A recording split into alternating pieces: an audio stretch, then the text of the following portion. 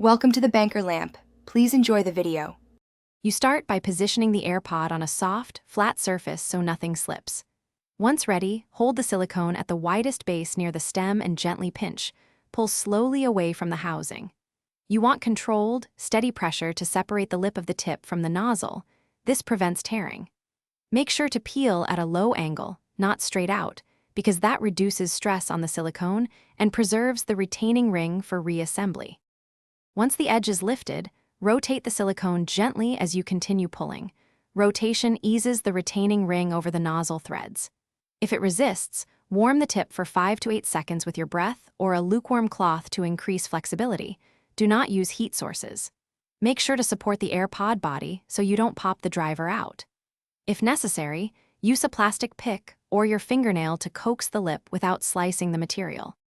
You finish by checking the tip for micro tears or stretched edges. A compromise seal reduces noise isolation, so replace if damaged. Once removed, clean the nozzle and tip interior with a soft, dry brush and make sure no debris remains before reattaching. If a tip rips, don't glue it, use OEM or certified replacements. Troubleshooting. If the tip won't budge, repeat gentle warming and rotation. Forcing it with metal tools risks permanent.